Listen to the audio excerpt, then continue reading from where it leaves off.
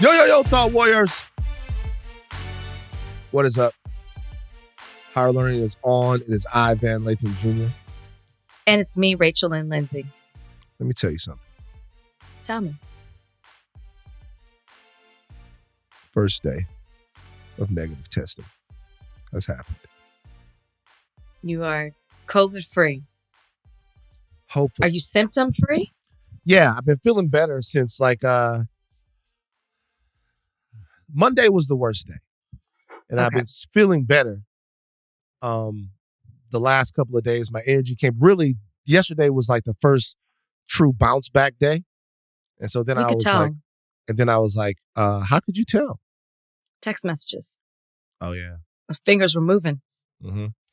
And then, after that, I was like, maybe I'll test tomorrow and see. But I can feel when the COVID leaves. Shut up. I can. I can feel when it's gone. Whatever. I can feel when the COVID gets out of my body. So why do I look like I have COVID and you look fresh as a daisy? I'm the one who looks like they just rolled out of bed. I'm in this onesie. that's I a look onesie? like my lips look ashy. I'm the one who looks like they rolled out of bed and been sick. And you look like you're ready to go. Hit the weekend. Yes, a onesie. I love a good onesie. You probably got it. No, don't say that. Don't put that on me. I don't want you I to got have enough going on. I don't either. If I have to be stuck in my room with COVID too, Good thing don't put about that on me. Good thing about COVID is I've been drinking so much water. That is good. You know That's what I mean? good. It's very, very impressive. Very Good. impressive for myself. Look, it's time to get into the podcast. The pleasantries. Let's go. The reality is my energy's still down. I'm still going to spend another day in bed. I've been working. I've Good, been getting so Van. much writing done, I am going to take a walk to see the sun. Maybe get that vitamin D. Wait, question. When you write, do you type or do you actually handwrite? I type. Oh, never mind. Why? What do you do? My thought process is better if I handwrite. Interesting. So like when I did the bar exam, majority of the people were typing their answers. I hand wrote the entire thing for 2.5 days because I think better that way. So my friend introduced me to this thing called Remarkable, which is like this tablet. I just got it, so I haven't opened it up. So I'm not going to do a great job explaining it. But it's like a digital thing and you feel like you're writing, but then you can transfer those notes into, a PDF or whatever it may be. So I thought for you, you being this writer, if you handwrite, this would be something great for you. I get it for you, but I can't. You know what's afford it. crazy? If I'm journaling, I handwrite it. Do you journal daily, weekly? I weekly journal. Wow. I wish. If I journal, it's handwritten. But if I'm writing it out, it's pop, pop, pop, pop, pop, pop, pop-a-lodian. I don't journal often, but when I do, it's because like I come from a therapy or I used to go to this life coach and, she was like, you need to write this certain way about being grateful and visualizing certain things. So I don't write often, but I will every now and then, and I'm curious if you do this, come across a journal and I'll read it and I'll be like, damn, that's what was going on back then. I recently came across this journal and I was just like, wow. I came across a journal entry. I came across a journal entry that was about a sexual experience that I had one time. It was very Let's funny. move on. Let's go ahead and get into the show. I have to talk about it because I just saw No, it. you don't. Nobody invited you to give full details. You said enough. Okay. This is what we'll do. We won't do it right now, but I'll give a little fodder for the Reddit. I recently came across one of my old journals when I was back home. Hit us up in the Reddit if you want to hear the Kiss of Mint story. Kiss of Mint? Yeah. You titled it? It's the Kiss of Mint incident. 2002. If you want to hear about the Kiss of Mint incident that was in my journal in 2002, let us know on Reddit. Kiss of Mint It's the You name of call them soulless jackals. Of course they're going to want to know. I have to admit, even I am now a tad curious that it's titled Kiss of Mint. Save it for a future All right. podcast. Hopefully we'll be in person on Monday because everybody is healthy. So if we're in person on Monday, I'll tell the You Kiss of test Mint again. story. I'm testing every day. Because I'm Look, going out of town next week and I don't want to be sick. that's a neggy. I want you to take it in front of me. What? You don't believe that I could test negative? No, I know you're not irresponsible. Come on. All right. Yes, Monday in person. Finally, we haven't had an in-person pod all year. Yeah, it's true. All right. On the other side of this break, a little news that hits close to home. All right. The U.S. is in its second largest COVID surge ever. I'm a part of it. Ever? Yeah. Test positivity and wastewater data shows that viral activity in the U.S. is higher than it was this last time, with wastewater data especially rising rapidly the past several weeks. The graph is showing the peak of COVID outbreaks. It's our new normal, people are saying.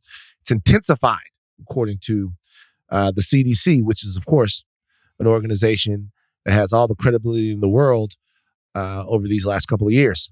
They've fucking basically destroyed the CDC, but Americans are still dying of COVID. 1,400 Americans a week still dying of COVID. A week? Yeah. Oh my gosh. Well, thank goodness we're talking. I mean, I really thought you misspoke. Go ahead. Sorry. I didn't mean to interrupt you. No, it's fine. I mean, I'm just shocked by that. Not that I thought, obviously we know COVID is still with us. We know that it it's kind of like a roller coaster. They'll say COVID is surging right now. And it seems like a lot of people get it. And particularly with the holidays, just coming through the holidays, it makes sense that there's been a surge. But to hear that 1,400 people a week, that's what, 5,600 a month? It's a lot of people. I don't know math and stuff. So that's like over 60,000 a year. Still dying. 1,500. And we're not talking about it. And I think because, most people at this point have had it. Majority of people have gotten through it. And so it takes away, like before, when the unknowns, right? Yeah. What am I going to feel like? What's going to be the effect on me? Or a lot of people may not have had someone close that they know pass away from it. And so it doesn't affect them the same way. But to hear that is shocking. All right. So you've fallen victim to it. What are they saying? What should we do? Before I get to that, let me ask you a question. 1,400 Americans dying of COVID a week. Why do you think we aren't talking about it, Rachel? Well, I mean, the first thought is that this is what we do as a society. Something's big, and then we move on to the next thing. And obviously, COVID was with us for a long time because of quarantining, and it was something new, and we were all trying to adjust to it. But I feel like now that people have adjusted to it, and they may understand it a little bit better than they have before, they've put it into the box like the flu. And it's just something that lives amongst us, and people will get it yearly, maybe multiple times a year, or they won't. And now we have not preventative measures, but once you get it, there's certain things that you can take to lessen your symptoms and, to move to get through it. So I think that's why we don't talk about it, because we seem to be on the other side of it. I have a one-word answer, and that's capitalism. Okay. Joe Biden, the president, any president would have done this, but Joe Biden was the president. The pandemic is over. Saying that the pandemic is over was a statement, not specifically about science or medicine or, True. epidemiology or anything like that. It was an economic statement.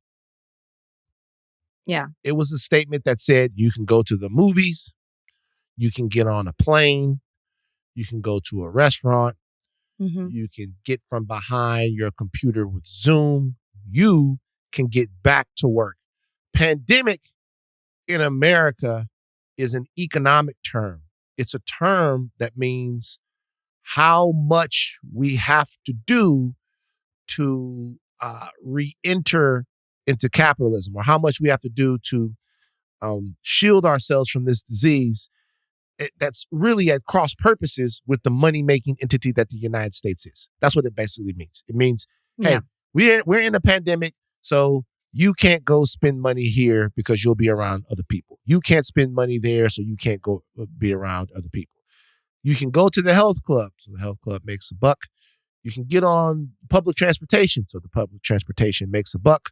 All of the things that we do, it makes you kind of think about it in American society, is to drive the economic engine. I'm not making some sort of moral judgment about that. I'm not saying, oh, this is bad. I mean, I think we all have our quibbles with capitalism and the way that it affects our daily lives as human beings who are supposed to be able to live expressive lives where we're trying to better ourselves, and the constraints that capitalism puts on that.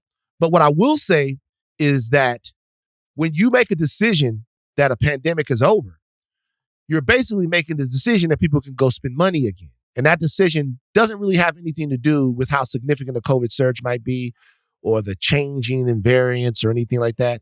It has to do with whether or not the amount of people that are going to die from this thing are low enough that it's okay for money to be made. So it's not about if people are going to die.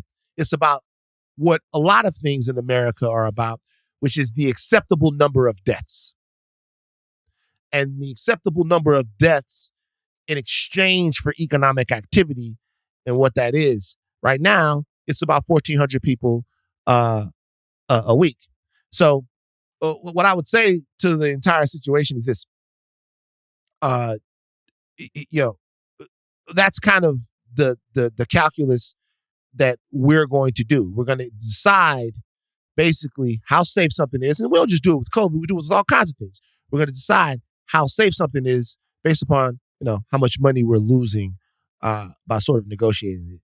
Now, what I would be interested to know is if 1,400 people a week are dying of COVID, which you said was 50, how many people a year?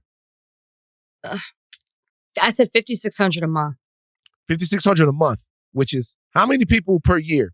Math 67,200. Now, you know what I would be interested in knowing is how many flu deaths a year are there? I literally just looked it up while you were talking. How many? And I'm getting a couple of things. Give me a bad flu year. 52,000. Okay. So it's, which is shocking to me as well, that many people die of the flu. Oh, the flu be knocking niggas out. I mean, yeah. What? Is that wrong? It's just, we're talking about people dying and you're like, yeah, I'd be knocking people out. I mean, I'm not trying to. It just caught me off guard. I know you're not making light of it. It just, the way you said it just caught me off guard. Sorry. It just caught me off guard. But yeah, I mean, it had me on my ass 2 years ago, bad. Mm-hmm. I thought it was COVID and it was the flu. Right. I still haven't had, just checking, still neggy. I still haven't had COVID as bad as the worst flu I've ever had. Which, by the way, guys, that means nothing. Okay. I'm not trying to, don't come for me. I'm just saying. Okay. So what we're saying is that a lot of the reasons why we're not talking about COVID is because we've made some other determinations. COVID is not the flu. It still remains a disease that we are learning about in real time, that we haven't had 100 some odd years experience with, or, longer even, that we've had experience with the flu. So it's still a very, very serious thing. And I want everybody out there to protect themselves because we still got a lot of winter left. A lot of winter left. You know what I'm saying? Rach? Yeah. What's your opinion of Black comics and dresses? To be very honest with you, before this became a whole thing, and we're starting to hear the comedians who have not worn dresses or the ones that have talk more about this, I never even thought about it. It was never a big issue for me. Whether it was Madea, whether it was Martin in Big Mama's house, whether it was Shanae or Wanda, I just was like, it's a form of comedy. Yeah.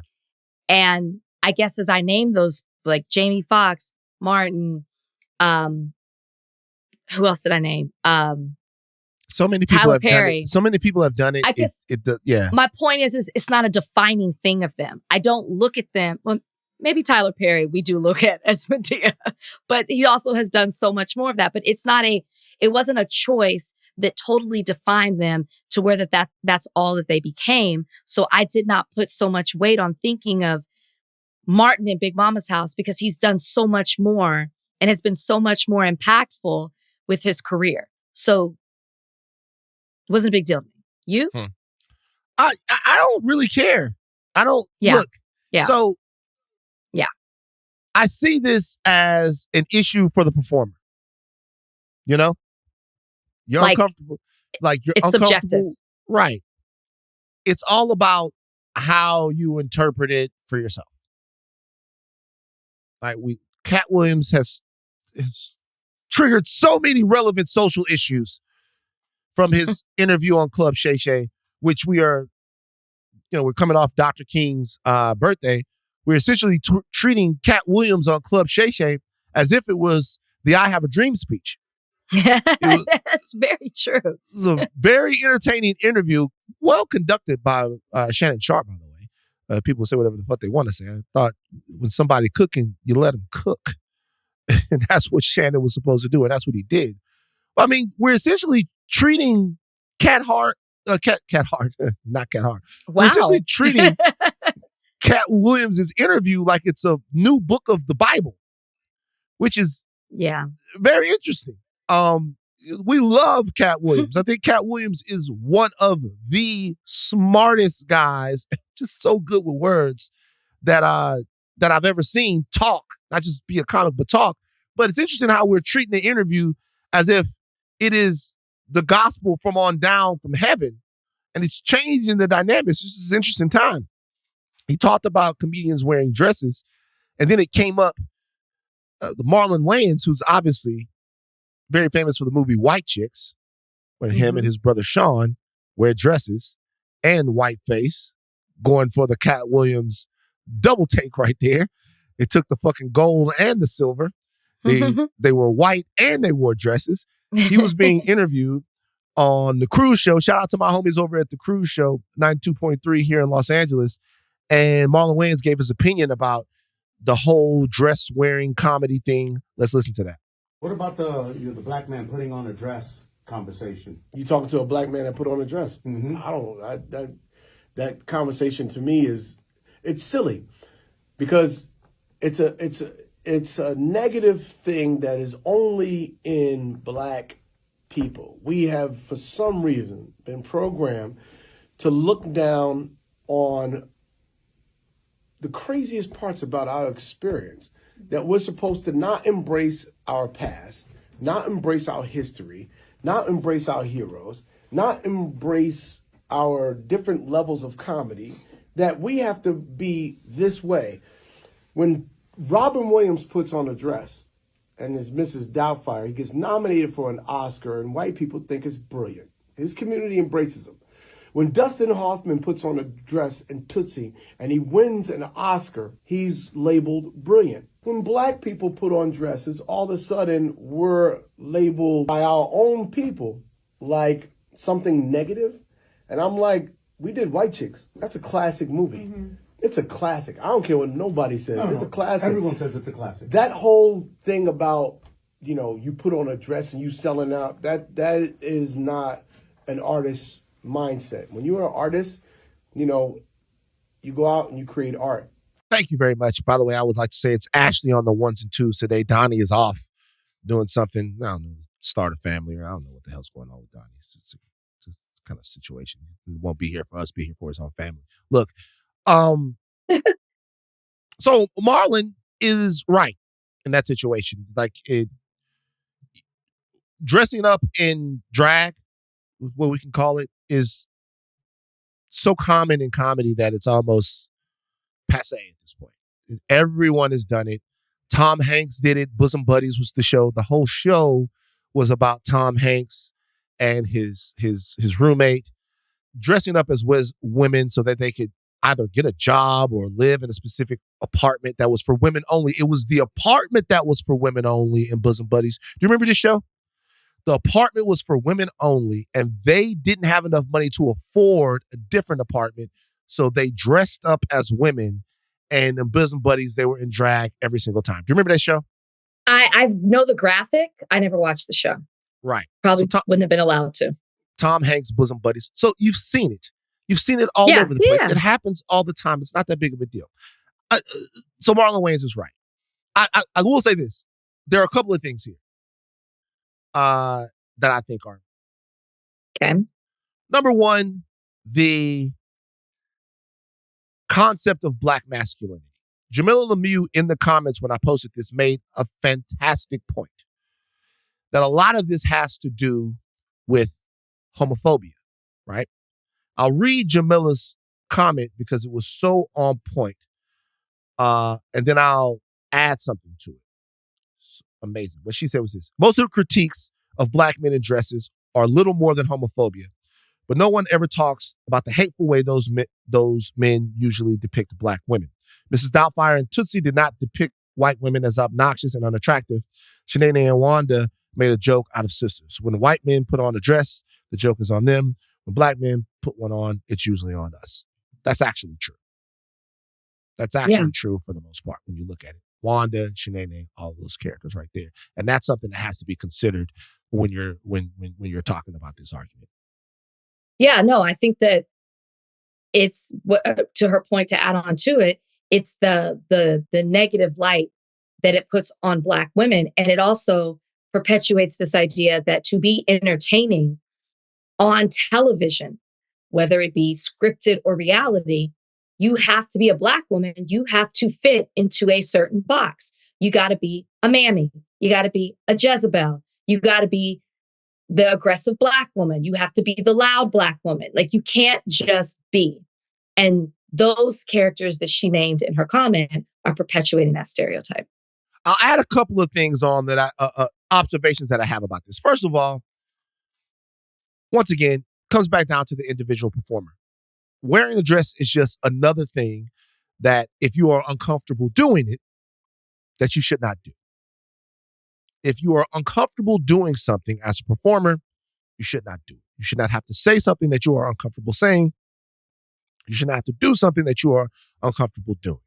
Now, your level of comfort based upon different things is going to have to do with a lot of stuff, right? Yeah. I do want to talk about Black manhood specifically here in a little bit more of a holistic sense. Okay. And it's going to all be anecdotal, so I hope everybody allows me a little latitude here when I say anecdotal here, from my history. My expression of manhood, especially as it was taught to me, was both an affirmation of something, but it was also a reaction to something. Mm-hmm.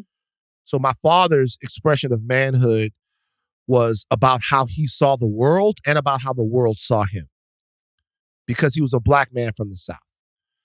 And being that he was a Black man from the South, his manhood was constantly being litigated by people who society had said were more man than him. Because remember, he was a boy. He was not a man. The men made the rules in his society. They sat around on juries. They were at City Hall. They had contracts. They made deals and then told him when to work. They ran stores and then told him and his father when they could buy food and when they could eat and when they could celebrate and when they could protect their families and when they could do all of that type of stuff. So that's how manhood was taught to Southern Black men. Southern Black men said no. And they protected their families. They picked up their guns. They made great history. They planted. They farmed. They did all of this stuff. Black manhood was a defiance of something, like a defiance of a social order that said that you were less than a man. So guys like Malcolm X and guys like Dr. King, who stood up and said, I'm a man, this is my family, this is my gun, this is this. That's why, for me personally, as it was taught to me, asserting who you are and drawing a clear line means so much, because anything less than that is seen as an act of cowardice and an act of not just cultural traitorship or cultural cowardice or whatever, however you want to put it, but this intense failing of your family and who you are, right? Mm-hmm. Now, I get that, and that exists. And that's why in a lot of places, not just where I'm from, being a man is more about what you won't do than it is about what you will do. Mm. Right? It's about how they can't make you do something because it's reactive to what they've been trying to make you do. Like, come over here, boy. No, I won't come over there. I'm a man, I'm not a boy. Boy, do this. No, I won't do that. I'm a man, I'm not a boy. Boy, let me come over and fuck your wife. No, you can't fuck my wife. I'm a man, not a boy. Like, let me come here and take all of your shit. No, you can't take that. I'm a man, not a boy. It's a sort of reactive situation. Mm-hmm. So a lot of people look at that now in all of these places, in these structures where white people run stuff, and we go, okay, well, you're a man based upon what you won't do, right? Based upon what you won't give to someone, how you won't compromise yourself. Cool. That now has gotten messed up with sexual congress as well, right? And so you think that white people who run all of these places are threatened by the assertion of your manhood. They're threatened by how you assert that. So they want to emasculate you by putting you in a dress, by saying, okay, well, you're telling me what you will and you won't do. You're asserting your manhood.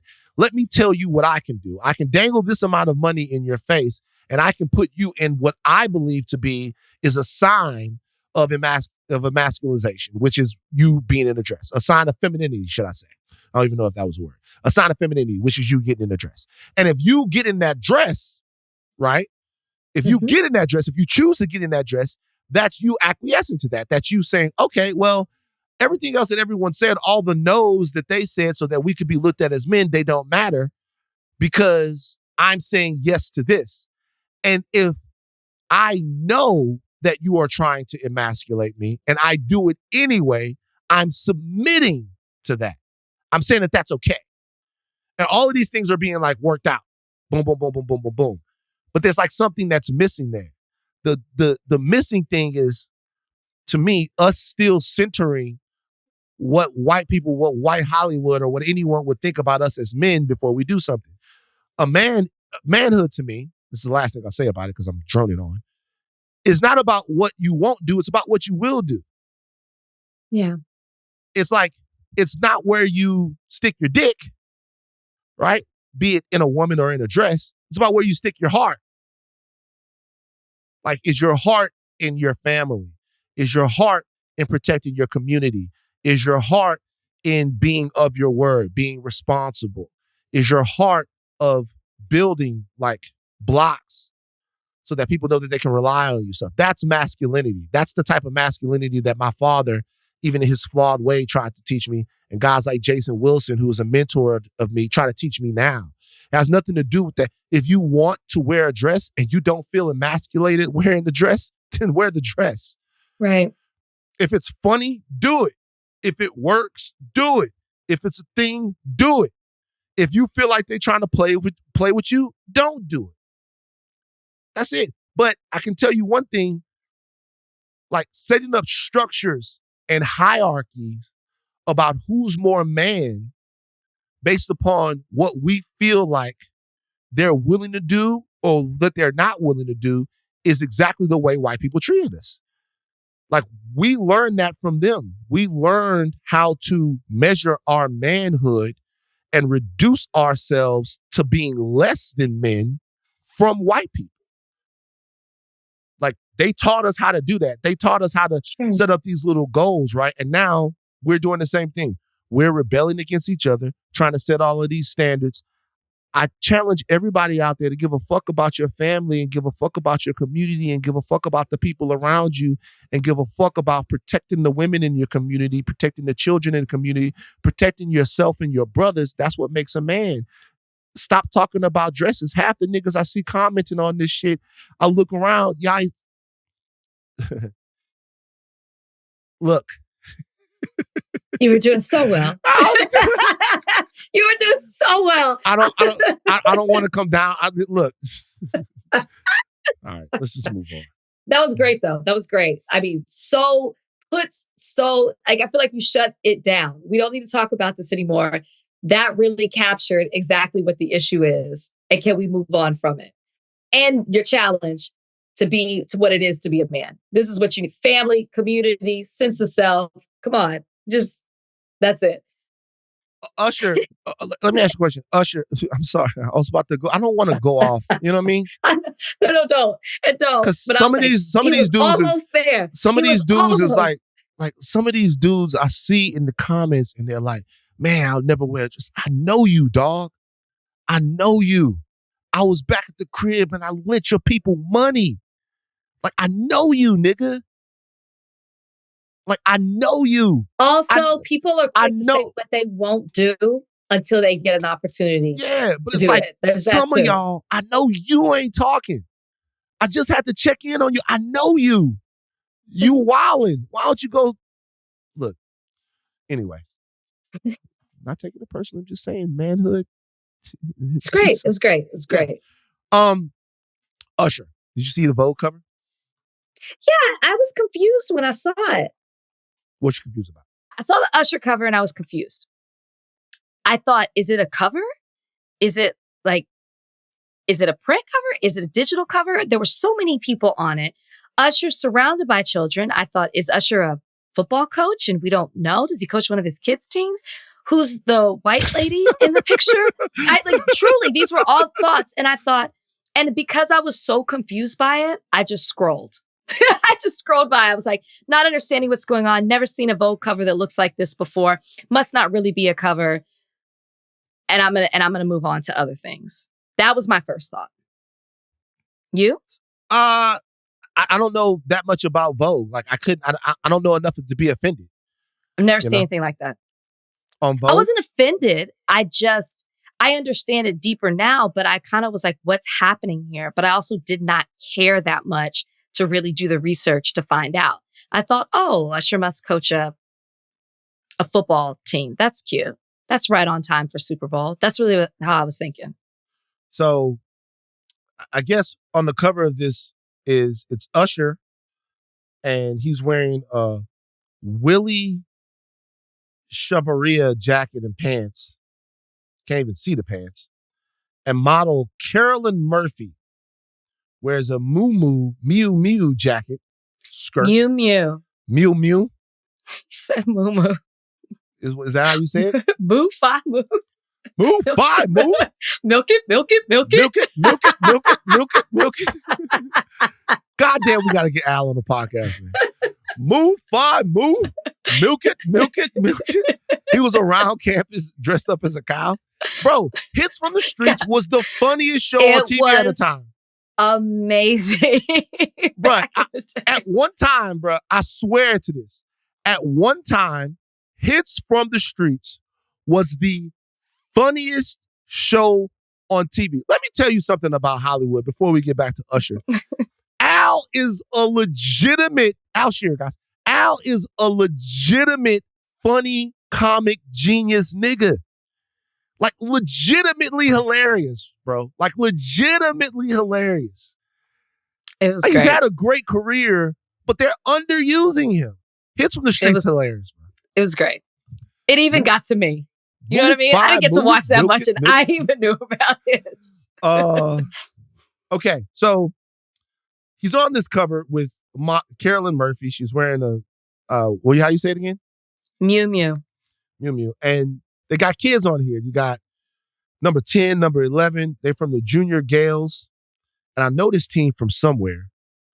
I know the Junior Gales. So Junior Gales is like a mini bitty team. Junior Gales football. It's in Las Vegas. Oh yeah, Bishop Gorman. So Bishop Gorman is a big time high school out in Las Vegas. Tate Martell went there. A bunch of people went there. You guys know Bishop Gorman. It's like one of the best schools. So look, people were mad. They said not enough Usher on this cover. My question is this. Why did Usher do the cover? Because it was Vogue. So if Usher's okay with the cover, then what the fuck we mad about? It's a good point, right? Usher obviously signed off on this. His team did. He's also not going to say no to Vogue because it's Vogue and he's in that world and has never been on the cover of it. And it's still considered an honor to be on the cover of Vogue. But I'm looking at number 7 more than I'm looking at Usher. Usher's like the 4th thing that I see on this cover. I see Usher. I see this kid, number 16, in bare feet. And I'm wondering where his shoes are. I'm trying to figure out who the woman is. And then I'm like, oh, that's Usher. What it looks like was really the point? Is what that was the it looks like this is their family. It looks like he made it with her. And these are all the different versions of child that they had. It just, the title says Usher Super Bowl MVP.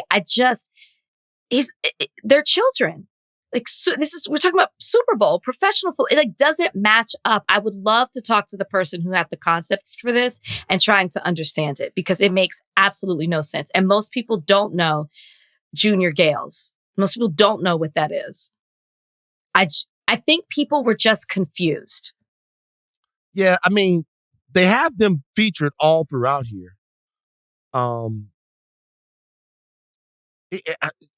He's featured with her. I mean, some of these shots are fucking amazing. It's Usher in this black car outside Allegiant Stadium, where the Super Bowl is going to take place out there in Vegas. It's going to be a total shit show. So look, it's her he's with her in all of these things, and they've pointed out that there have been other stars like Harry Styles, people like that have done Vogue by themselves. But apparently, it's Usher and Carolyn Murphy. Are they in a relationship? No. They pointed out that this isn't the first time this has happened with a black man on the cover of Vogue. Right. Because they had LeBron James on the cover of Vogue too, and he was attacking or something like that. We was on the phone. He had his arm around Giselle. And he was going, ah. And he was making a face, and she was like, looked like a damsel in distress. And, people were comparing it to other things. So Vogue not fucking with y'all. Now what? Vogue don't fuck with y'all like that. I mean, I think people were like, y'all aren't buying the magazine anyway. But I think listen, you could make the argument in a lot of things. Why do you care? Vogue isn't fucking with you anyway, to use your words. But there is something to talk about if this is what Vogue does when it comes to, and I don't read it. So I don't know if there have been just black men solo on the cover before that aren't models. This is what it seems like Vogue does with black men. I wonder, has Kanye been on the cover of it? Maybe with Kim? I would imagine Kanye's been on it because, I don't know, I might be misspeaking. But if this is a pattern, then this seems to be problematic for arguably one of the most coveted covers when it comes to entertainment is Vogue, the U.S. Vogue. And the fact that black men can't stand alone on it is a problem. I'm looking at Lizzo. It doesn't matter bitch. that you don't read it. It's that this is an influential magazine with very influential people behind it. And this is how they want to portray black men. That's why people get upset. I'm looking at it. So I'm seeing some black men on the cover of Vogue, man. I'm seeing Will Smith was on that bitch. Oh, no, this is men's Vogue. I'm sorry. This is different. This is not the regular Vogue. Like LeBron was the first one to ever cover it in 2008. The first black man ever? First black man to appear on the cover of Vogue, U.S., LeBron James, and he had Giselle. And the way they portrayed him was in that way we said. Yeah, I mean, look, if it's something to be concerned about, then it's something to be concerned about. I guess my thing is that I wonder why Usher wouldn't have been like, I mean, we're not talking about even LeBron, right? LeBron don't know shit about that, especially in 2008. LeBron was probably like, I'm down, you know? I don't know why I didn't feel that way, sound that way. But like Usher, I feel like Usher's at a point in his career to where he would know whether or not he's being played, right? I'm not trying to downplay this, but I was surprised that people cared so much, you know? Well, I think it's an interesting statistic. I mean, I didn't care before, but now I'm kind of like, wow, have black men really not been on the cover by themselves of Vogue? That's kind of interesting. Well, why not? Do better, Vogue. You goddamn Voguers over there. I can't believe what you've done. I'm fucking mad. I can't believe what Vogue has done. Vogue, do better. What? It's just some people care. Okay. And it is problematic. I mean, okay, did you care before that The Bachelorette didn't have any black people that had been the lead? No, but now different. You do because we're family. That's different though. That's different. Why? Because, and that's actually a good point, but that's different because that's making it seem like niggas don't love, man. You know? You have, it's like you go years and years and years and you got the foremost American show of love and then that's just not just for the fashionistas. The Bachelor is supposed to be for the whole audience. And then it's like, we not love. Like, I don't know who Mew Mew is, or I can understand. Because you're not into fashion. Right.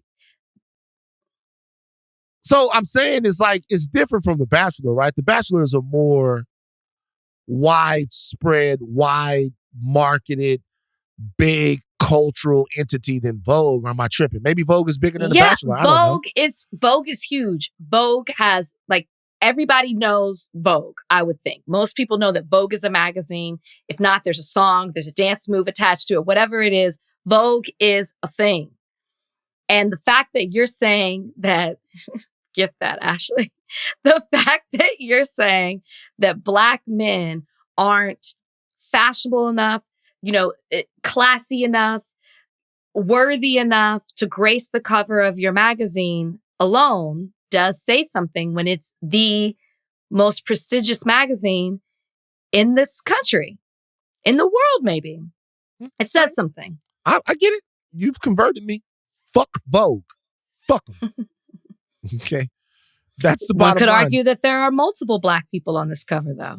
Yeah, there's a bunch. Might be the most black people that have ever. That's what Vogue's gonna say. This is the most diverse cover we've ever had. This is DEI right here. Is somebody that's at Vogue right now going, these niggas will never be satisfied. We put niggas on the cover of Vogue and they told us it wasn't good enough. We didn't just put Usher, we put all the little niggas and other little biracials. We got everyone covered. It does look like they're it looks like a fucking Target commercial on the cover of Vogue. That's exactly what it looks like. And I just want to let everybody out there know, we've talked about this before. Look, it's okay. Just put some black motherfuckers in the commercial, man. It's really all right. I guarantee you black families get up and go to Target together. But every Target commercial is a black man, a white woman, and 3 little curly-haired niggas going to Target. All right. I gotta watch. You don't see there's a biracial agenda. There's a biracial agenda, and it's fine. Shout out to all the biracials out there. We fucking with y'all. I already told y'all. We fucking with y'all. Y'all fucking with us.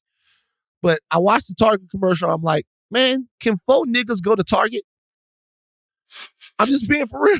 I'm just saying. I watched the Target commercials and all of these commercials, and I'm like, can a black family, can 4 niggas wash their clothes? Can 4 niggas use Febreze? Because they put it all together in this one specific way. It's like, hey, black, white, all together. I'm gonna start paying attention. and then we all eat Jimmy Dean sausages together. I'm like, yo, man, can 4 niggas eat Jimmy Dean sausages There's no way together? you watch this many commercials. I don't believe swear to you. God. I'm going to start watching now. There are people that are going to watch sports. this. People are going to watch this and be like, yeah, every commercial is like a nice biracial family going to McDonald's. My question is, can 4 niggas go to McDonald's together? That's it. I know it's all black families that fucking go to Target. I guess they're trying to show we're all getting along. Lank. Whatever, bro. It's great. I love it. I love it. I love it. I love it, man. But can 4 niggas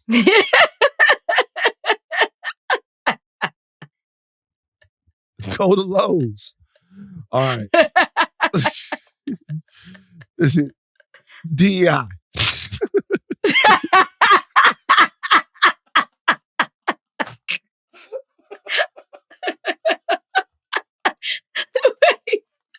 Wait. No need to segue into the topic. Bam. Go for it. DEI. Let's go. Florida said, fuck it. Florida State Board of Education passes rule to permanently prohibit DEI in public colleges. Florida State Board of Education announced Wednesday that they have implemented strict regulations to limit the use of public funds for diversity, equity, inclusion, should I say, programs, activities, and policies at the 28 state college campuses. The board said the rule prohibits Florida college system institutions from using federal or state funds to administer programs that categorize individuals based on race, sex, or for the purpose of differential or preferential treatment. Ben Crump weighed in on this. We continue to go down a misguided path of censorship in Florida because in addition to the passage of the new rule, they also replaced the course of principles in sociology with a course in American history. And of course, we know what the educational guidelines down there in Florida are like now and the way that they'll be teaching this history in a whitewashed and inaccurate way.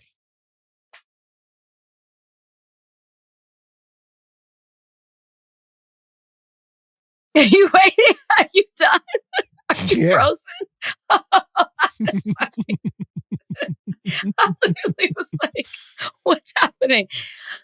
Listen, I'm so sick of this. I'm so sick of talking about it. I'm so sick of a new story coming out, whether it's Florida, whether it's Texas, or one of them states in between. I am so sick of us not just rewriting history, but actually redefining words and initiatives, all in the name of self-preservation. Obviously, there's a need for DEI. And for some reason, we want to change what the word diversity, equity, inclusion mean. And for some reason, they want to say that that means woke. Not for some reason, I just said it. For self-preservation. As statistics come out, I think we've talked about it on this podcast, specifically in Texas, white people are not the majority anymore. And so we're continuing to see them grasp at straws and try to reinvent things or redefine things in order to keep themselves at the top of the food chain, to keep themselves at the top of the social caste system, of the hierarchy, whatever it may be. DEI is obviously important. I don't even need to go through it and explain all of it. We get it. It's not, they're trying to teach the world through a single lens to students when that's not what this country looks like. That's not what these colleges are made of. And that's exactly what they're trying to create. I am so sick of it. I am so tired of it. But I know we have to talk about it because it's continuing to happen as they're getting rid of these programs, as they first got rid of funding, and now they're getting rid of these programs. I mean, I don't know. DEI is rooted in the Equal Pay Act. It's rooted in the Civil Rights Act. It's rooted in the Anti-Discrimination Act. It's not just about race. It's about gender.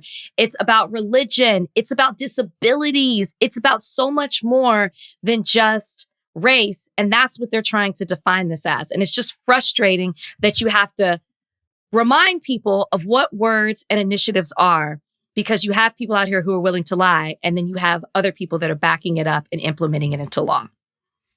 I guess my question is, with an issue that's the ideological divide is this deep, what's the best way to go about fighting here? Because I've been getting in the weeds of the DEI thing. Deep into the weeds. You know what I mean? And there are some voices that are anti-DEI that you wouldn't think are. You know, people that are around the edges of the ACLU or other individual. You don't like the ACLU? Well, I'm just saying they do some things that cause people to raise eyebrows from time to time. So that's not shocking. The ACLU, people in the ACLU. Not necessarily people in the ACLU, people who are formerly affiliated with them, people at other free speech and free expression organizations that have big problems with DEI, particularly on college campuses and things like that. And there's nothing that's particularly compelling to me. I mean, I don't look at it like there's anything compelling, but I do want to be able to fight this particular battle in a very direct and detailed way. And I'm looking for the way to do that because from where I sit, it's Black people, women, bad. Black people, women, gay people, bad. Okay? We don't want anything that includes them, or we don't want America to have to see them. So what we'll do is make them a political punching bag and show everybody else in America, particularly candidates like Ron DeSantis, who want to make these gigantic national pushes for power. Hey, we'll show you that we're against these people taking over America by kicking DEI in the ass every place that we can. I do feel like different than CRT, though, and a couple of other things that they've used as this particular type of cudgel. This one is a lot more pernicious. Not a lot more pernicious because, when you're in the middle of the CRT fight or you're in the middle of talking about America's history, be it the 1619 Project or anything else, that leads to warped mindsets and things like that. But, you have people now that are really leveling some outrageous claims and playing upon the base instincts and fears of Americans, saying that planes are going to crash out of the sky because Black women are piloting them, and saying that every single aspect of your life will be worse because of diversity and inclusion, which gets back to this really underlying thought that the only way that America can work is if it's in the hands of straight white men, which is at the base of white supremacy, and a lot of economic, physical, and emotional violence that people will be on the other end of. Imagine if you think your life is on the line when you walk on the plane and your pilot is Black. Some of these people, the reactions that you're going to have, what it might make you think or say or do. You know what I mean? So, there's got to be a very direct intellectual way to fight this. But that's the thing. You want an intellectual way to fight something that's not intellectual. They're literally changing the definitions and the meanings and the history of words and initiatives, or just factual things that happen. CRT did only exist in college and beyond. College and beyond. They were talking about something that they didn't even need to get rid of. DEI gets rid of programs. It gets rid of teachings. It gets rid of jobs. People are losing their jobs because of this, their well-being. That's why they moved to DEI, because CRT wasn't doing anything. It's just something that they just pushed out there. That was a talking point. It had no actual effects. This does. Within what Florida's doing with this, they also replace principles of sociology with American history. Sociology 101. I looked up the syllabus of this, and they're telling people, it's teaching them woke ideas. I looked up the University of Florida's course objectives for this, and it's all about just teaching concepts and theories and methods that sociologists use. It is social and behavioral science courses, in history, principles, terminology, underlying theory or methodologies, cannot speak, used in the used in the social and behavioral sciences. It has nothing to do with, it's specific to race, to gender, and that's what they're lying to people. So it's hard when you say, what are you specifically, you want an intellectual argument for something that's not logical. How do you combat that? And the people who choose to believe that don't care. And in addition to that, I will say, it's not like DeSantis is just up there spewing these things out. He's got a whole Congress, state legislature behind him that's supporting it, that's passing these things, that's taking away funding and changing laws, putting bills up, changing the law to rewrite it in a certain way. That's the issue. If he alone was just saying it, it wouldn't have any effect. He's actually getting the government to pass laws to put it into effect. By the way, I don't think I'm out of the woods yet. I think I can see a faint line here at the bottom of my test. How long you been? Van, put it up to the camera. I think I can. Other way. Okay, put it down. I don't see anything. Hold on, let me see. No. But you're not out of the woods. You're gonna rest. And the fact that we've been podcasting for an hour and you're still staring at that thing. I think it's a faint line. I'll be honest with you. It's good. I'm not out of the woods yet. I'm feeling better. Guys, looks like Monday we will not be in person. I'm not risking it. We'll see. We'll see, because it's Thursday now. So if I can test negative Saturday and Sunday, we got to take a chance. You know what I mean? We got to do it. I'm out of the contagious stage. Anyway. I'm just going to come in with a mask on. It's fine. I got you. No, but you're making sense. But I still want to be able to maybe parse this apart a little bit more.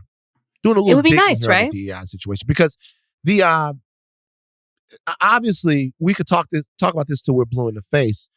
You know, DEI is now becoming so like I said, it's a mascot. It's a mascot. It's another mascot. Another one. Yep. Not the right, and not the far right, guys. The right. Stop saying the far right. There's no such thing as the far right now. All right? Okay. It's the right. The right is using DEI as a mascot to scare Americans into believing that as soon as the mongrels get control of the country, that it's going to be run into the ground. I mean, that's what they say. The mongrels. I mean, we're the mongrels.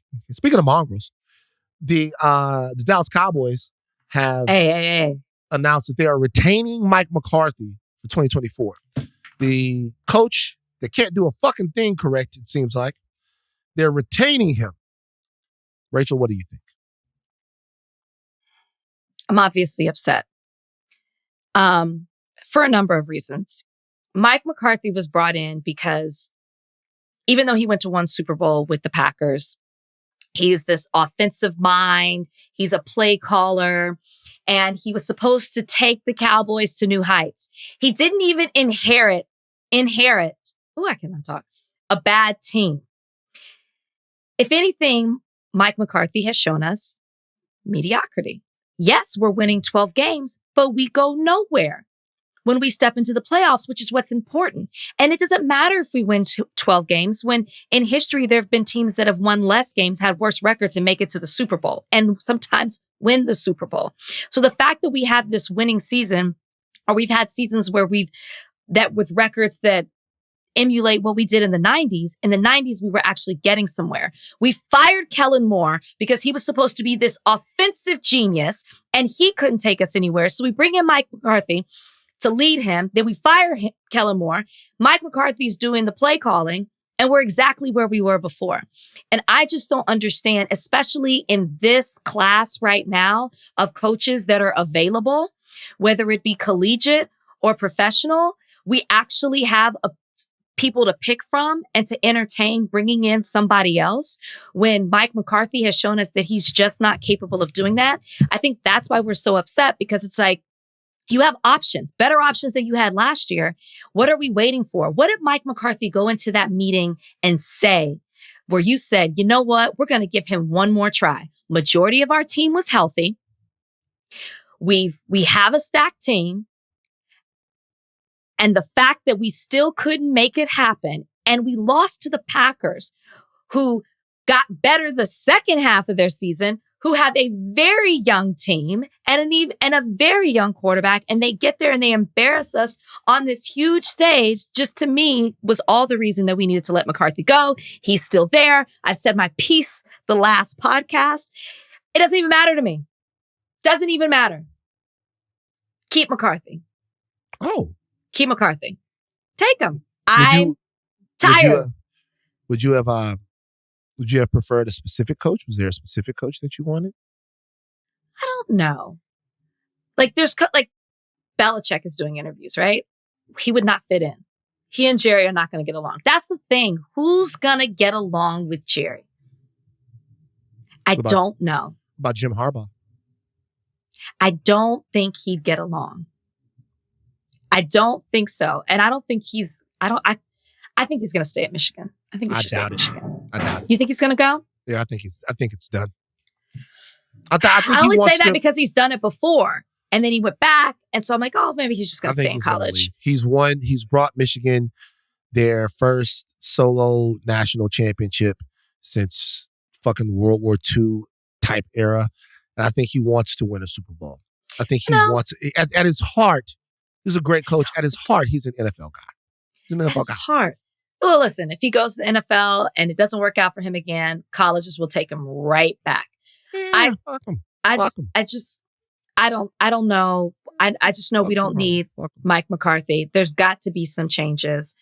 It can't be. I mean, this is his last year, but you know what? I said that last year too. I was like, if he doesn't produce, this is it. You would think that he's pre-fired, but I can tell you one thing. I was ecstatic to see this. Of course you were, because it only upset the fan base, and that's what you relish in. I spent so much time on Cowboys message boards the last couple of days. The meltdown is fucking fantastic. Let me tell you guys something. You guys might wonder why I'm against the Cowboys. I'm against the Cowboys because you're a troll. Rachel is the quintessential Cowboys fan. You're a troll. I told Rachel this team would flame out. And she refused, even in the face of overwhelming evidence. And the Cowboys have been like this since the 90s. You guys, if you were around in 94, 95, 93, 96, just these people were insufferable, man. Just throwing fucking Emmitt Smith in your face. Goddamn Nate Newton. Fucking Michael Irvin. You know what I'm saying? Like just all kinds of just throwing these people in your fucking face. Jay fucking Novacek. Did he even play for them? Yeah, Jay Novacek. He was with the team. Daryl Moose Johnson. Oh, we got the best line. But you know us. Yeah, but you know us. Yeah, I know. Fucking y'all just love Darren Woodson. The fucking guy with the hooks on his fingers that they act like he could catch the ball easier. He was Super Bowl MVP. Never heard of the nigga again. He picked off Neil O'Donnell twice. And all you just hear, Cowboys. And then, of course, when Prime got there, they just took it up to another fucking level of the dick sweating that happened to the Cowboys. And since then, the Cowboys have been ass. They haven't been able to do anything since Tupac was hot. Yet every single year they keep telling us it's going to be different when they keep doing the same shit. We're a positive team. Yeah. We're optimistic. That's what that is. And we just want every year to be our year. And people like you, trolls like you, all you do is feed the fire. Wow. Okay. And you you might make me come back. But honestly, I don't want to talk Cowboys until January 2025. Oh. I really don't. All next season, no Cowboys talk. Mm-mm. It doesn't mean anything. We can go undefeated. It doesn't mean a thing. It doesn't mean anything. We still got to get to the playoffs. Because before it was like, we're not getting to the playoffs. All right, we get to the playoffs. First round. Wild card. I think it's a win the NFC East. Who cares? Doesn't matter. Okay. Fuck the Cowboys. We got to move on to something else that's it's a tough topic. We weren't the topic. able to cover it here Oh. on the podcast. But there was a woman in Houston. Her name is Roda Osman, who some months ago, very famously, on social media, claimed that she was hit in the head with a brick. September 3rd, she initially claimed that a man attacked her with a brick because she refused to give him her number. All right, before we get into anything around this, we're going to play the audio from that as it was posted on Instagram, TikTok, and other social media places. Ashleigh, go ahead and run that for us.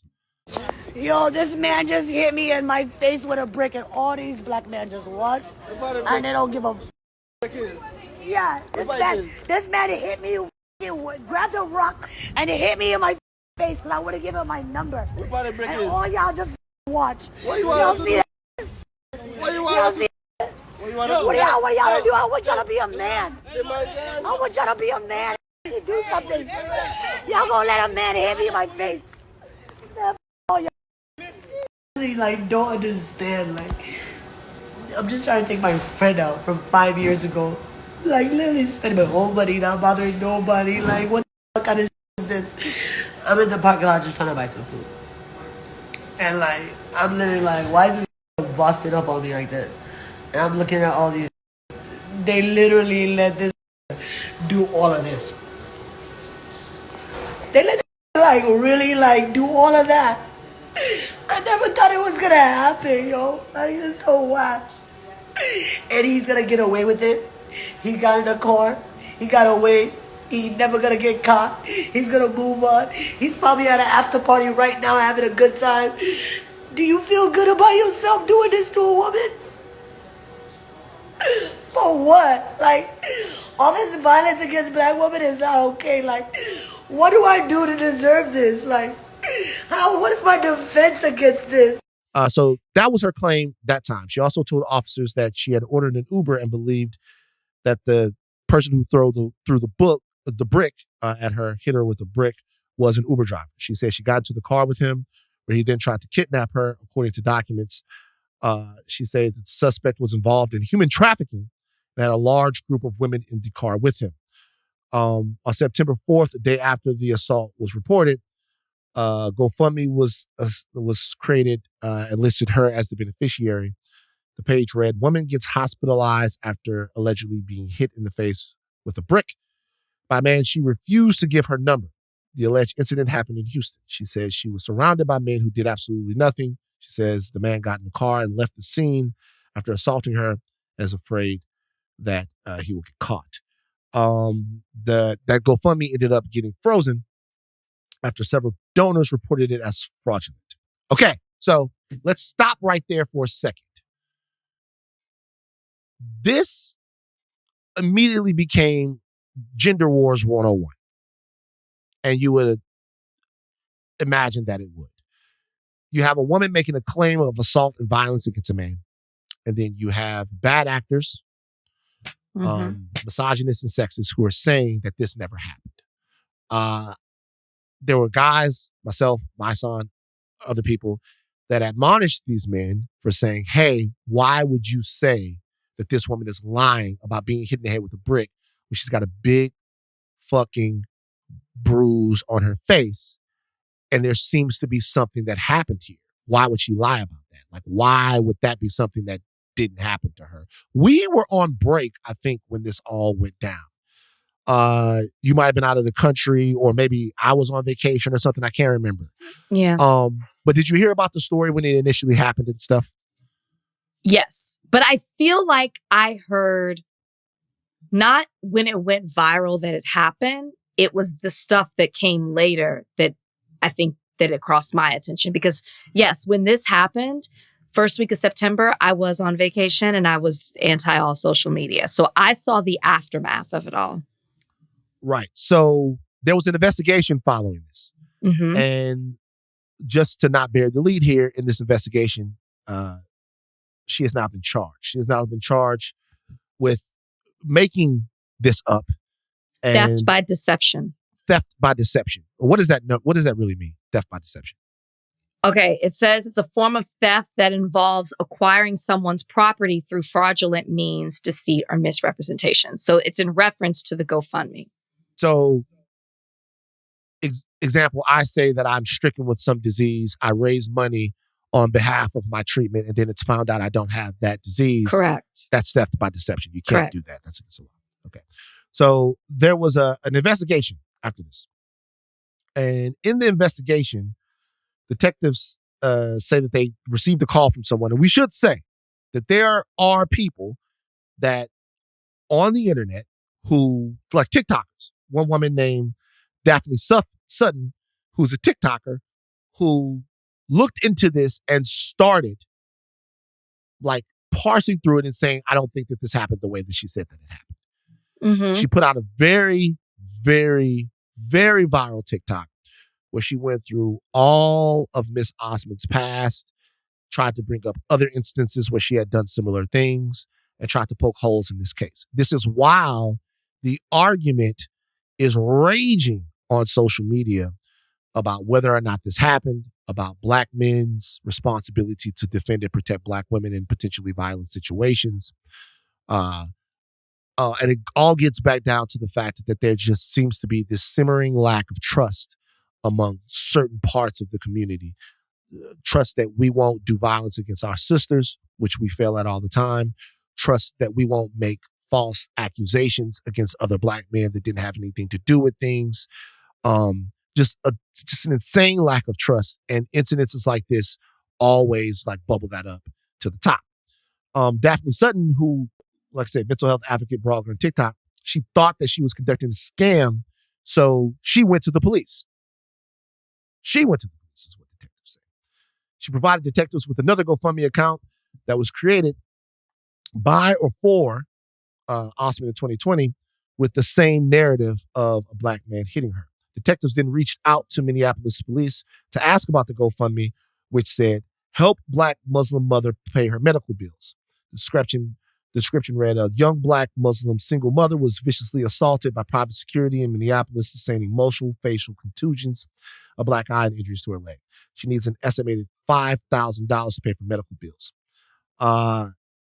Detectives then launched an investigation in which different parts of this story were seen not to be true. Now I'm going to read from a couple of different articles that have been made about this. One is from Click to Houston. And it says that this is with the prosecutor on this story. The question from Click to Houston is this: did any of the evidence verify what Osman claimed happened to her? Prosecutor says no, that was not verified by any of the evidence we looked at. We were able to find video of the defendant and another person who we believed was the accused assaulter.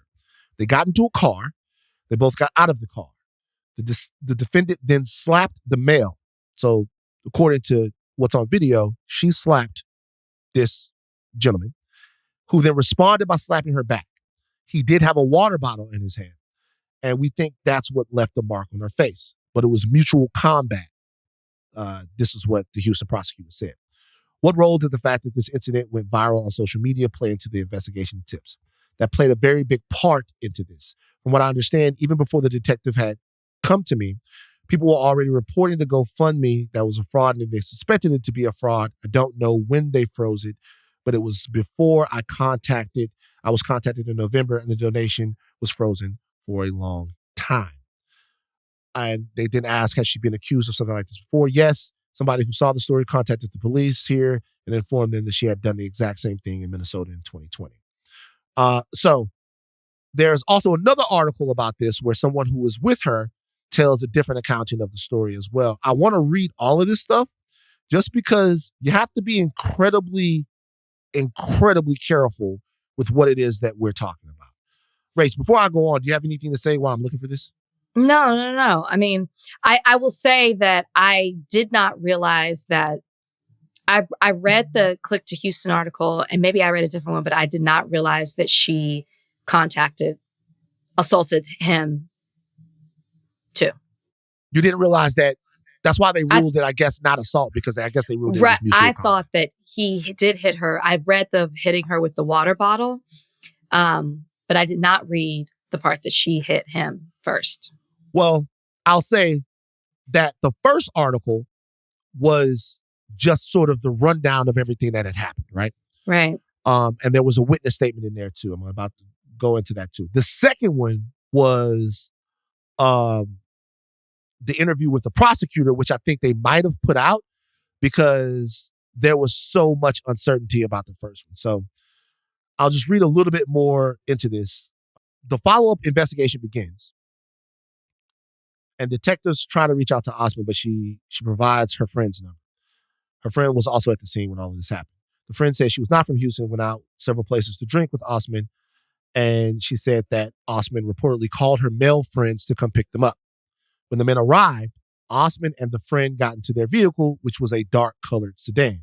The woman told investigators that she got into the right front passenger seat, and Osman was in the back seat with another man. As they were driving, she reportedly heard Osman say, "Ouch, why you hit me?" but stated that she did not hear an argument before she heard Osman yell. The friend said off the record she did not believe Osman was hit with a brick, according to the charging documents. She said that the friend told detectives the suspect who allegedly assaulted Osman got out of their vehicle, got into another vehicle, and drove off. She said Osman went live on Instagram and that she tried to convince her to call the police. She gave a statement to detectives saying all of this, but saying that she would not be able to possibly identify these suspects. The other man. And then they got surveillance video. And so on September 20th, Houston police canvassed the area of the assault and spotted surveillance cameras on the 5600 block of Schumacher. Before I should say this, they talked to Osman and she changed her story a couple of times. She changed her story to say that she was assaulted at the Liquor Lounge Club. She changed what she was assaulted with. She was asked where her friend was at the time. She got upset and she didn't want to talk to the police. This is what the police are saying. Once again, I'm not saying put all your trust into the police and all of that. I'm saying she changed her story a couple of times. She asked to speak to the supervisor of the detective. Surveillance video shows that Douglas and Osman, her friend, were talking amongst each other and walking towards the TikTok Lounge, 5600 block of Schumacher. About 20 minutes later, the video shows the trio walk outside the club. They had gone inside the club together. Then they walked towards a white Maserati that was parked directly on the side of the business.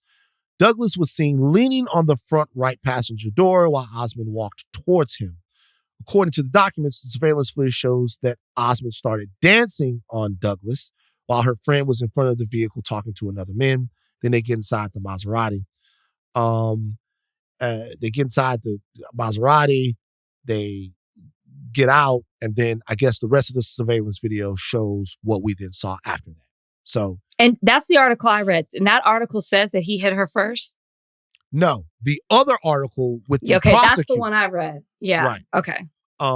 The other article with the prosecutor in that article that they talked to says that she was shown smacking him, and then he hit her smacked back. her. He hit her back, and then that's the whole deal. Okay, that's inartful and staccato accounting of what has happened here. I think you should also say that because she's being charged with theft by deception, and that is based off the GoFundMe. I don't know if you said this, but the GoFundMe has an account of what happened that evening that was not the same as what the surveillance camera showed, which is how this charge. If she didn't start the GoFundMe, then how can she be charged? It's my question as well. I think there's two parts to this. There's the assault, and then there's the felony that she is being charged with because of the amount of money that was received through that GoFundMe, which is a 3rd-degree felony.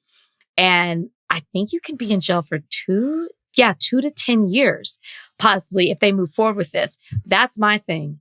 She didn't create it. She's saying she did not create it. Now, again, I'm going to take her at her word. She's saying she didn't create it. And she also said she has not received 1 cent from it.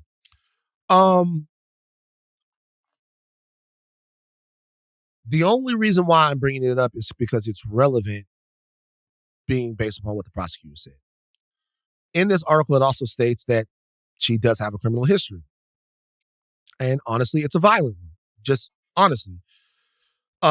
She's on bail right now for a separate offense from September 22nd, 2023, felony assault and domestic violence. She had also been charged with 2 counts of misdemeanor domestic violence in Steele County, Minnesota. So there had been a violent past, I guess, from her before. She had some other charges in the Virgin Islands, Minneapolis, Minnesota, Hennepin County, Minnesota, Williamson County, Texas, Travis County, Texas.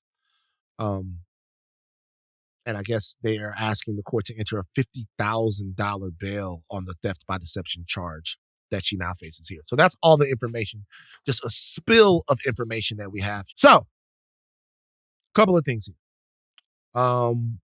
This is obviously being bandied about like a football. Just thrown all around. When this first happened, I was aghast and appalled at how many of you out there did not believe this woman's story. Face is swole up. She's hit by a brick. I don't understand why you wouldn't believe that she was hit by a brick. Do you think that men don't hit women with bricks? Do you think that men don't hit women? What is there not to believe? We literally covered a story where a man attacked a woman in a restaurant and her son then went out and got a gun and shot him. We've talked about this happens more than we would. It shouldn't happen at all, but more than it definitely It happens all the fucking time. Yeah. Okay. Happens all the fucking time. Happens all the time. I do feel like I was wrong here for defending her. But how would you, okay, now you feel like that. But in the moment, do you regret? Do you feel like, let me ask you this, do you feel like you should have waited till it all came out? Or are you okay with how you handled it in the moment when the information came? No, I'll do it again next time. But I think it's important to, That's important I mean, of course I will. Look, let me break down Believe All Women as I understand it. Believe All Women is, once again, we talk about things that are, reactionary.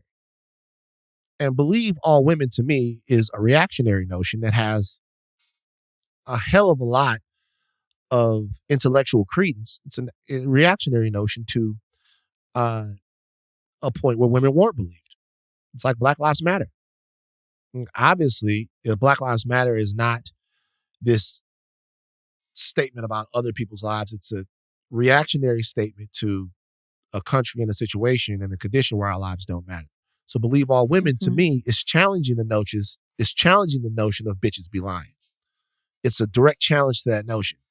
It's not something to be taken as gospel, meaning no matter what, believe all women. It doesn't say no matter what, believe women. It says believe women.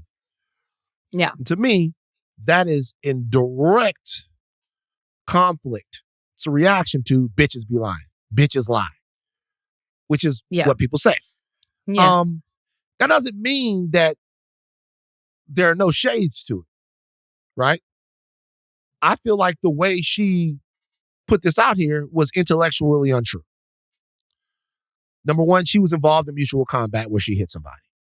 Now, if you hit Van Lathan, who is me, the fat nigga on the other side of this mic, you're going to get a smile back. If you're a woman and you hit me, I'm probably going to laugh. Now, if you got a knife or something, I'm probably going to get on my horse. I'm out of here. But you don't have to worry about a situation where I ball my fucking fist up and punch a woman in the face. That ain't happening. I mean, it would have to be a significant attack. It'd have to be something coming, maybe if I'm, if like fucking Cynthia Rothrock. If your life is being threatened or in some way. Okay. Yeah, yes. But you slap me, I'm not coming back with a right cross. But I'll tell you one thing, I'm not these niggas. And these niggas will give you the fight that you're looking for. So if she was wondering why nobody stepped in, it might have been because they saw her hit him.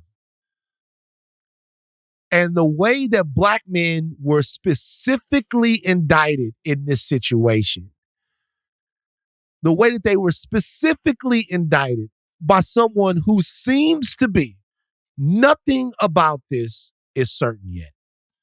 Nothing. These are just more allegations. But if you were to believe all of this information, right? Someone who seems to be either somebody incapable of recollecting this in an authentic way, or somebody whose emotions got the better of them and just kind of started saying stuff, I think that is unfair. I think it's dangerous. And I think that honestly, it deserves to be talked about in a way that is very serious. It deserves to be talked about in a way that says, hey, we have to be a little bit better than this when we're talking about these things. If you're specifically going to say, black men did this to me or didn't stop this from being done to me, when these guys might have seen you with someone, might have seen you hit somebody, and might have been, oh my God, that's a couple fighting. Would I still get involved? Yeah. Hey, bro, damn, what's up with you? Like the whole deal. But it seems to be, at least to me, a wholly different situation than the one that was laid out by her. No, for sure. And obviously, there, like I said before, there was drinking going on. And so it's hard for me to even form an opinion based on it because her recollection doesn't match several different accounts. And we haven't really heard from the other people involved. What we do know is that there is surveillance that shows her hitting him and him hitting her. Now, I'm still totally against according to the prosecutor. According to the prosecutor. Yeah. Correct. But I would imagine that there, especially because the first article I read didn't even say all that. And then it's come out that they're, because they don't have to tell everybody the evidence they have. And I'm sure because of the backlash they are, while they're not charging this man who they have now named with assault, it must be because of some type of evidence that they have that goes against that. But I still have a huge problem with the fact, whether she remembers it or not, whether he did ask for her number or she got upset in the car. We don't even know what happened inside of the car. Like there could have been a reason she was upset and she slapped him. She hit him. He could have forced himself on her in the car. We have no idea. So it's hard to form an opinion about it because there's so much speculation surrounding it. But what we do know, based on surveillance, is that she hit him and then he hit her. I still have a problem with it. No, nobody should put their hands on anybody certain instances call for it, but nobody should really put their hands on anybody. The fact that she hit him as a woman and then he comes back, not only hits her, but hits her with an object in his hand. So he's not only using the force where he's stronger than her, he is aiding that force with something hard in his hand that gave her this huge mark. To me, there should be some type of charge because it's like if she slapped him and he stabbed her, you telling me you're not going to charge him because he hit her because she hit him first? Depends on where you are. He used greater force than was necessary, in my opinion. This is just me. This is maybe where the gender wars comes out. I think that there should be, I'm sorry. Okay, let me ask you this. You wouldn't hit her back. Why? No. Because Why? I'm too strong. Thank you. You just proved my point. You know that. No, I'm proving the point that I think that this is the point that I'm proving. So hitting women is a non-starter for me. It is. It's a non-starter for me. Now, by the letter of the law, if you enter into combat with someone, I guess from this being you can't use again, if somebody pushes you, you can't shoot them. Right. Unless but that's not what happened. He hit her back. He hit her with something. Yeah, okay. He hit her back with something. So would you feel different if it was a brick? If I felt like a brick is a deadly object, and so to me, if they're saying that it was a water bottle, I don't know the determination that they made. I would be interested to talk to them. Their determination that they made. By the way, this is not me in any way saying that it's appropriate to hit a woman back when she hits you. This is me saying though, and I want everybody to understand this. We don't know what happened inside the car. We don't know what happened inside the car, right? We do know if this were a man and he had the history of violence that she had, that we would be saying, hey, he probably flew off the handle and did something violent because we've seen him do it before, right? Okay. This is what I'm saying. And this is to people. If you do not want violence done to you, if you do not want violence done to you, if you don't want to invite a violent situation, she invited it. Yeah, she did. She hit him. Okay, keep going. Wait, hold on. Wait, hold on for a second. Wait a second. She hit him. Like, it's not an invitation to me. Right? It's not an invitation to Van Lathan. Van Lathan Jr. is not going to hit you. And Van Lathan Jr.'s nephews aren't going to hit you. And Van Lathan Jr.'s, I mean, there are other people. And you're not because you're stronger. You know you could do more damage. You know you could hit her. She could fall on the ground, bust her head, and it could result in death. Right. But I'm not agreeing with the fact that she hit him. I'm just saying that there should be a... But just in reality, she invited a violent situation. Is that fair to say? Fine, she's an adult human being, right? She invited a violent, if true, she invited a violent situation. If true, and assuming that there wasn't a prior situation that happened inside that car, because we don't even know why she slapped him. Okay, so if he in the car, if he, I don't know, said something to her, if he touched her, if he did anything, the slap was punitive because it was outside of the car, right? So she's trying to get her shit back. For his shit, he's in front of her. She slaps him. He's like, I don't want to get slapped again. So now we fighting. Now, I'm not blaming her. Sometimes niggas need to get slapped. If you said something to her, if you rubbed up against her the wrong way or whatever, sometimes people need to get slapped. But if you slap somebody, you're inviting a violent situation. Fine. And so if you invite a violent situation and then you get hit back, it's kind of a situation to where you're being disingenuous by saying, I got hit back. Why didn't anybody help me? She probably thought he wasn't going to hit her back. I mean, he should have. She probably thought, like, I guarantee you she did not think he was going to hit her back. He shouldn't have. He should not have hit her back. But, like, my thing here is, like, she was hit. Everybody out there right now that's saying she made this whole thing up, that she had an allergic reaction, that she injected something into her face. I talked to a friend of mine earlier today, Melanie, and Melanie was like, Van, the post that you put up about this was irresponsible because it makes it seem like, call me out. Like the post that you put up was irresponsible because it makes it seem like she made the entire thing up when she actually was hit. She was hit, but it's a lie by omission because so many of the facts either she couldn't clearly recollect or she didn't articulate. And we have to be able to have a conversation about that, especially when all of this shit is ammunition now. You know what I'm saying? What was your caption? My caption was, yeah, so, and then I put the first graph of the article in there. I put the first couple of graphs of the article in there.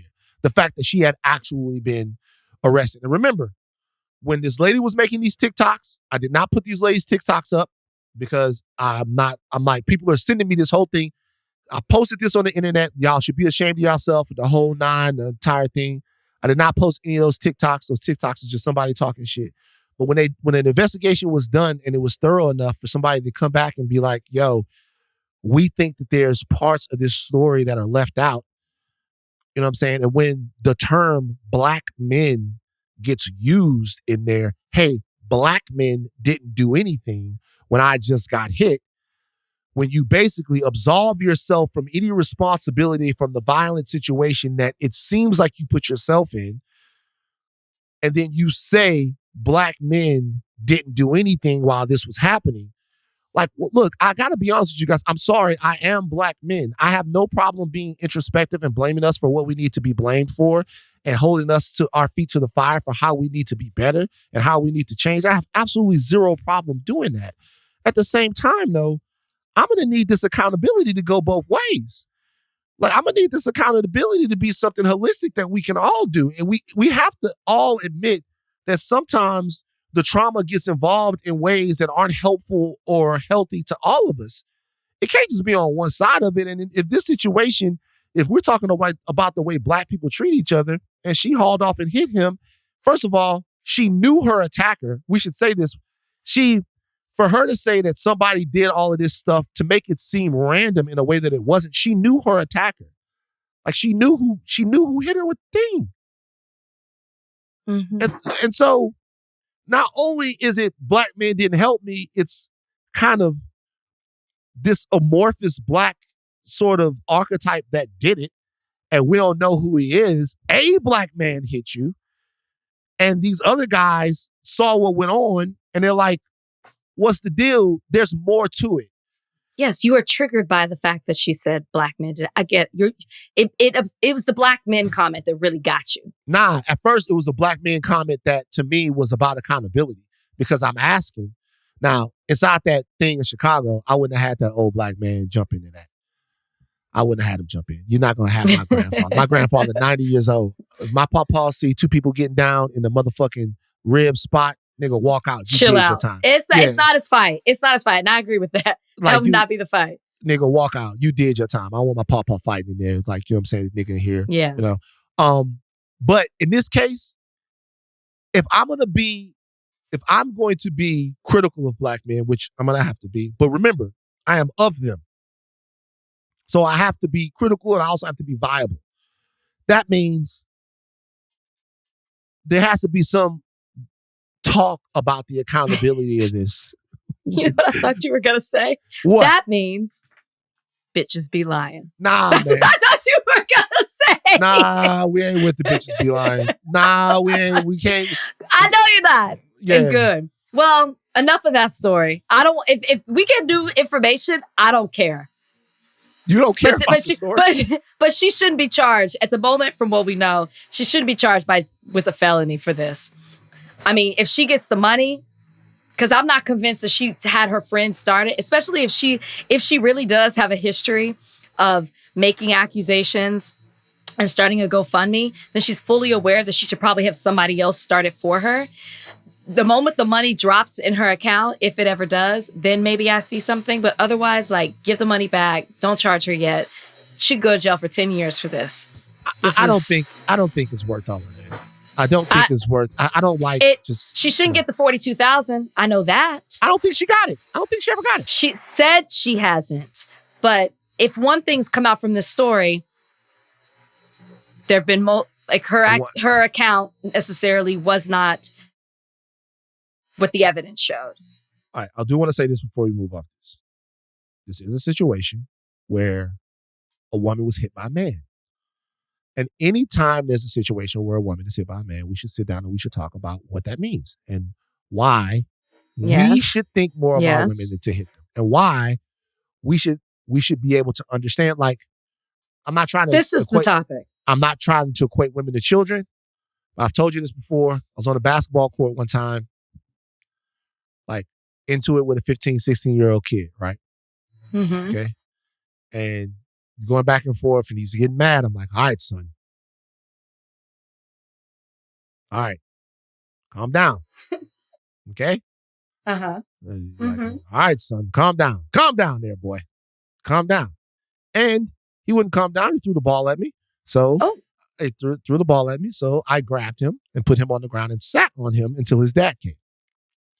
I was like, hey, man. And his dad thanked me. His dad, because I see his dad all the time. I'm like, hey, look, because I thought I was going to have to go with Pops. I'm like, hey, threw a ball, hit me in the face, blah, blah, blah, blah. I'm looking at somebody right there who's not in the situation to fight with a grown-ass 30-whatever-year-old Van Lathan. You handle it. Right. You don't hit ladies. Okay? Right? Thank you. You don't hit ladies. Women, that does not give you carte blanche to hit whoever you want to hit. Agreed. Do you, though? Yes. I see. I don't walk around hitting men. I absolutely do not believe that it is necessary to put your hands on someone. Low key, women sometimes like when women do violence to men. Like even shows, Snapped. Sure. Things like that, where it's like, it's I always love like, Snapped. See? It's always like, what did he do to deserve it? Even in this situation, she smacked him. It's like, what did he do to deserve it? What did he do to deserve violence? That's why we love Snap. It's just the reason that show is successful and it continues to go on is because it is uncharacteristic when you're talking about gender stereotypes for a woman to act out in such a violent way. And so your curiosity is piqued. That's what's intriguing about the show. Not because I enjoy seeing women attack men. It's just like, whoa, I never would have thought this. Do you think female to male violence is uncharacteristic? Do you know how many women have hit me? We're talking, Snapped is about murder. I know, but I'm just saying. Snapped is about murder. I said, no, we're talking about murder. We're talking about another level. We're talking about death. All I'm saying is this. Let's just take the violence out of it, man. Just don't hit. Yeah, I agree. Don't hit. As far as this is concerned, this will be ballyhooed about over and over again. People use it for the gender wars. I think it's important for me to just be honest with the audience and the fact that I got on there and I told everyone that they were ashamed, that they should be ashamed of themselves. I don't feel like that's something that I shouldn't have done at all. I will do it the next time. But in the event that things do not go the way that they looked like they were going to go, it is also okay to talk about that. The story isn't over. Have yet to hear from her. I'm sure she will be, she will talk and she will be much more vocal about what's going on. But they have to discuss it. They have to hold each other accountable. There have to be accountability both ways. I'm going to say, why did Brownie come back? This line is faint. Brownie was, I don't know, he was needy. He was pawing at me, so I put him in my lap. Brownie's so cute. You love Brownie. We got to go. Yeah, we got to go. You got to stop staring at that line. You got to go get back in the bed. That's it. Yeah, that's it. That's it. No more podcasts. Oh, test results aren't accurate after a half an hour. What does that mean? That means it's kind of like the same thing with pregnancy test. Like when there's a certain amount of time and then like so much air, it gets so much oxygen or whatever it is that it's like you can't really pay attention to it for now. So it's like Aleya's right. So I should test again? Yeah, test again. But yeah, you have to read the test within 15 to 30 minutes of it being. I did, and it was nothing. But after that, the line came. Yeah, but then you throw the test away after that. Like the test can change like after that. Oh, my name is Aleya, and I know everything about a COVID test. It's in the little packet, my guy. Oh my God! Whoa, Snappy, come back there, Aleya. Well, then I guess what? I'll be seeing you Monday. Then I'll test again right now. You guys, we gotta go. Take your thin caps off, but do not stop learning. I am Lathan Jr. I'm Rachel Lindsay. Bye, guys.